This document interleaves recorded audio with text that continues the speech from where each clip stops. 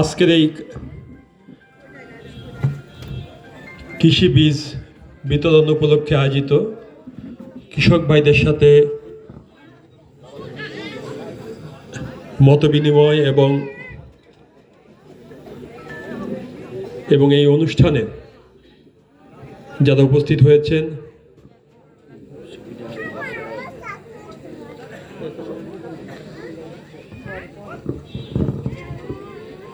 এই কৃষি বীজ বিতরণ অনুষ্ঠানে যারা উপস্থিত হয়েছেন, আমার সামনে উপবিষ্ট আমার কৃষক ভাইয়েরা, আমার মা বোনেরা, এলাকার শ্রদ্ধেয় ব্যক্তিবর্গ এবং সাংবাদিক ভাইরা, আসসালামু আলাইকুম। আমরা মাগরিবের নামাজের পূর্বে কিছুটা কথা বলেছিলাম, এখন আবার নতুন করে শুরু করেছি। আমার বক্তব্যের পরেই আমরা এই কৃষি বীজ আমরা বিতরণ পর্ব শুরু করব। বক্তব্য দীর্ঘায়িত করব না। কেমন আছেন আপনারা? আলহামদুলিল্লাহ, আলহামদুলিল্লাহ। আমরা সবাই আল্লাহর কাছে শুকরিয়া আদায় করি আমরা ভালো আছি। তারপরেও আমি বলবো, আল্লাহ তাআলা আমাদেরকে ভালো রেখেছেন, আলহামদুলিল্লাহ। কিন্তু আমাদের এর চেয়ে ভালো থাকার কথা ছিল, তাই নাকি? ভালো থাকার কথা ছিল। আমরা যারা কৃষক ভাই এখানে আছি, আমার এক কৃষক ভাই বলেছেন কি সমস্যার মধ্যে দিয়ে তারা যাচ্ছেন। তার দুটি সন্তান চাকরি পাননি। এরকম অসংখ্য কৃষক ভাইরা আছেন যারা কৃষি কাজ করে দুমুঠো ইনকাম করে সন্তানকে লেখাপড়া শিখান, সন্তানকে পাশ করে সন্তান চাকরি করবে, পরিবারের মুখে অন্ন তুলে দিয়ে বাপ মার মনে একটু শান্তি আনবেন। বাপ মা খুব কষ্ট করে তাদেরকে লেখাপড়া শিখান, কিন্তু লেখাপড়া শিখে চাকরি পান না। দাঁড়ে দাঁড়ে ঘুরতে হয় চাকরির জন্যে, চাকরি পান না। সন্তান দিশেহারা হয়ে পড়ে, বাপ মার কষ্ট দেখতে দেখতে হতাশায় সে এক সময় অন্য পথে ধাবিত হয়। কেউ সন্ত্রাসের পথে, কেউ মাদকের পথে। আমরা জানি যে আমাদের এই খুলনা অঞ্চলে মাদক ব্যবসায়ীরা বড় আকারের একটি ফাঁদ পেতে বসে আছে। তারা বুঝতে পেরেছে যে এই ফাঁদে আস্তে আস্তে সবাইকে আসতে হবে। কারণ বিগত সরকারের আমলে আমাদের 26টি জুট মিল বন্ধ হয়ে গিয়েছে, অসংখ্য জুট প্রেস বন্ধ হয়ে গিয়েছে, ছোট ছোট যেসব শিল্প কলকারখানা ছিল সেগুলো বন্ধ হয়ে গিয়েছে। সমস্ত শ্রমিক ভাইরা বেকার। কেউ কেউ একটি ইজি বাইক চালায়, রিক্সা চালায়, এই নিয়ে সংসার চালায়। আর আমাদের কৃষক ভাইদের একটি কষ্ট, বিল টাকা দিয়া। দীর্ঘদিনের কষ্ট। বিগত সরকারের আমলে অনেক টাকা এখানে স্যাংশন হয়, বিল ডাকাতিয়া পানি দেখে পানির মতো টাকা আসে, পানির মতো লুটপাট করে নিয়ে যায়। কৃষক ভাইদের ভাগ্যের পরিবর্তন হয় না। একদিকে জুট মিল বন্ধ, জুট প্রেস বন্ধ, মিল কারখানা বন্ধ, একদিক দিয়ে বিল ডাকাতিয়ার এই জলাবদ্ধতা আমাদের কৃষক ভাইদেরকে হাড়ে হাড়ে বুঝিয়ে দেয় কষ্ট কাহাকে বলে। এর থেকে পরিত্রাণ পাওয়ার উপায়টা কি, মুক্তির উপায়টা কি, মানুষজনকে জিজ্ঞেস করলে কেউ বলতে পারে না। কারণ গত 15টা বছর তারা একটি সরকারকে রেখেছে, আর এই 1.5 বছরের বেশি হতে চলল, আর একটি সরকারকে দেখছে। একটি বিনা ভোটের সরকারকে দেখেছে, আর একটি নিরপেক্ষ সরকারকে দেখছে।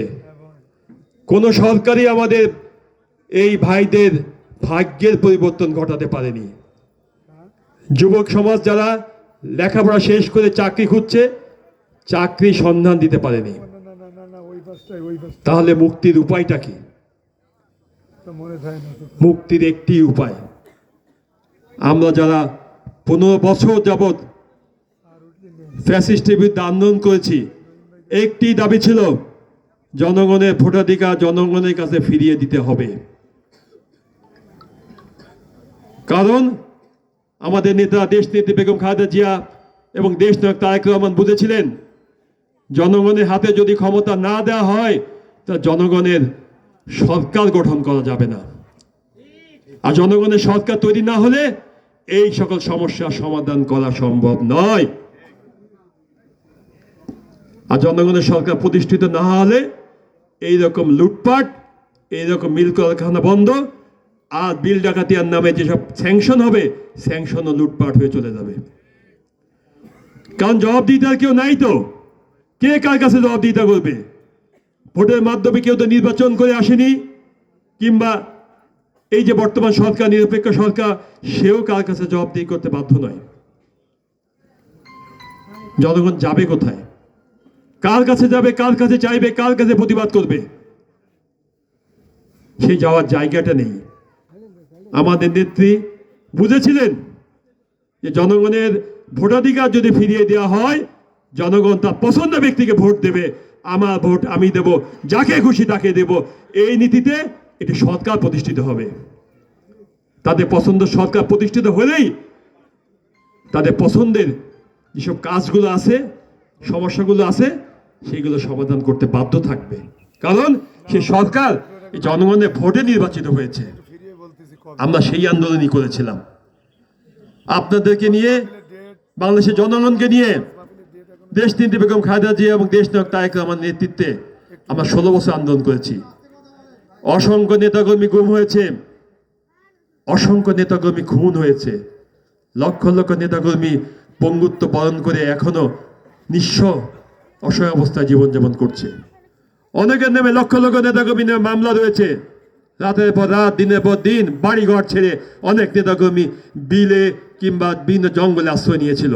একটি লক্ষ্য ছিল, জনগণের ভোটাধিকার ফিরিয়ে দেওয়া। আমরা সেই আন্দোলনে সফল হয়েছি। 5ই আগস্টে শেখ হাসিনার পতনের মাধ্যমে একটি পাঠ আমরা সম্পন্ন করতে শেষ করেছি, একটি পাঠ আমরা শেষ করেছি। আর একটি অধ্যায় এখনো বাকি আছে। সেই অধ্যায়টা হচ্ছে, একটি নির্বাচন হবে, জনগণ তার পছন্দের ব্যক্তিকে ভোট দিবে, তার পছন্দের সরকার প্রতিষ্ঠিত হবে, এবং সেই সরকার এই সকল জুট মিলগুলো খুলে দিবে। শ্রমিকরা আবার তাদের কলকারখানায় ফিরে যাবে, কৃষকরা আবার তাদের যেসব চাহিদা আছে, বীজ, সার, জলাবদ্ধতা, এগুলো দূর করে নতুন করে তারা কৃষিকাজ শুরু করবেন। কৃষিকাজের কথা কেন আসছি বারবার? আজকের এই অনুষ্ঠানটা আমাদের কৃষক ভাইদের নিয়ে। শহীদ রাষ্ট্রপতি জিয়া রহমান বলেছিলেন, কৃষক বাঁচলে বাংলাদেশ বাঁচবে। আমরাও সেটা বিশ্বাস করি। বিশ্বাস করি বলেই শহীদ রাষ্ট্রপতি জিয়া রহমানই প্রথম ব্যক্তি যিনি খাল খনন কর্মসূচির মাধ্যমে কৃষিতে বিপ্লব ঘটিয়েছিলেন। এক ফসলের বদলে 3টি ফসল তিনি চালু করেছিলেন। খাদ্য সম্পূর্ণ করে বিদেশে খাদ্য রপ্তানি পর্যন্ত করেছিলেন তিনি। দেশে একটি নতুন বিপ্লব সংগঠিত হয়েছিল। যে দেশ দুর্ভিক্ষে পরিণত হয়েছিল, সে দেশকে স্বনির্ভর বাংলাদেশে পরিণত করেছিল তিনি খাদ্য স্বয়ংসম্পূর্ণতার মাধ্যমে। আমাদের নেত্রী দেশনেত্রী বেগম খালেদা জিয়া, যিনি কখনোই অন্যের সাথে আপোষ করেননি, জনগণকে ফেলে চলে যাননি, তিনিও কৃষিক্ষেত্রে সর্বাধিক গুরুত্ব দিয়েছিলেন। 10,000 টাকা পর্যন্ত কৃষি ঋণ তিনি মকুব করেছিলেন। আমাদের নেতা ভারপ্রাপ্ত চেয়ারম্যান দেশনায়ক তারেক রহমান বলেছিলেন, জনগণ যদি আমাদের ভোট দেয়, আমরা যদি দায়িত্ব পাই, আবারও আমরা শহীদ রাষ্ট্রপতির যে নীতি, উৎপাদনমুখী যে নীতি, সেই নীতি আমরা চালু করব। আবারও আমরা খাল খনন কর্মসূচি প্রক্রিয়া শুরু করব এবং কৃষিক্ষেত্রে আমরা সর্বাধিক গুরুত্ব দেব এবং কৃষকদেরকে আমরা সর্বাধিক গুরুত্ব সহকারে আমরা আমাদের নতুন যে 31 দফা আছে সে দফায় সন্নিবেশিত করেছি।